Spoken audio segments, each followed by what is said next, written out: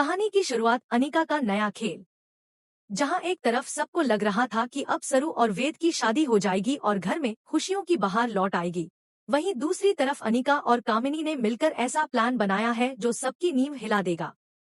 अनिका ने वेद के सामने एक नया प्रूफ पेश कर दिया है। उसने दिखा दिया कि सरू पैसे देखते ही बदल गई है। उसने ये इल्जाम लगाया कि सरू सबको टॉर्चर कर रही है, सबको कंट्रोल करने की कोशिश कर रही है। वेद का दिल टूट जाता है। उसे लगने लगता है कि कहीं ना कहीं ये सच तो नहीं। लेकिन दोस्तों, असली ट्विस्ट यही है। वेद अपने दिल से जानता है कि सरू ऐसी बिल्कुल भी नहीं है।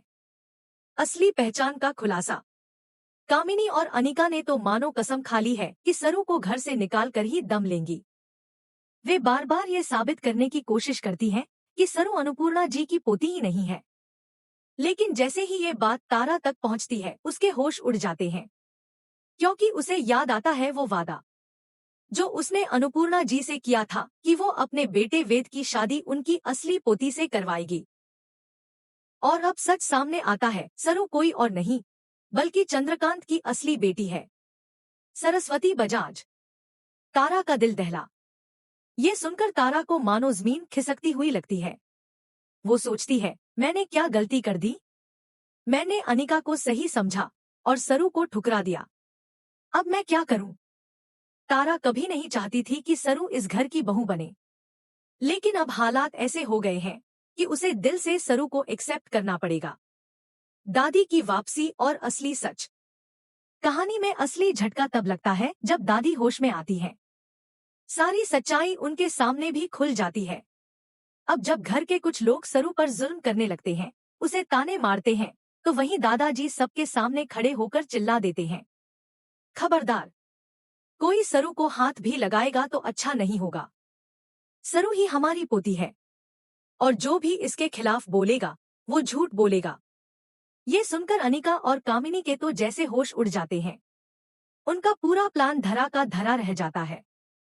सरू और वेद की शादी, लेकिन एक शर्त के साथ। अब तारा का दिल भी पिघल चुका है। वो मान चुकी है कि सरू ही असली पोती है और उसे ही वेद की पत्नी बनना चाहिए। लेकिन दोस्तों, यही है सबसे बड़ा ट्विस्ट।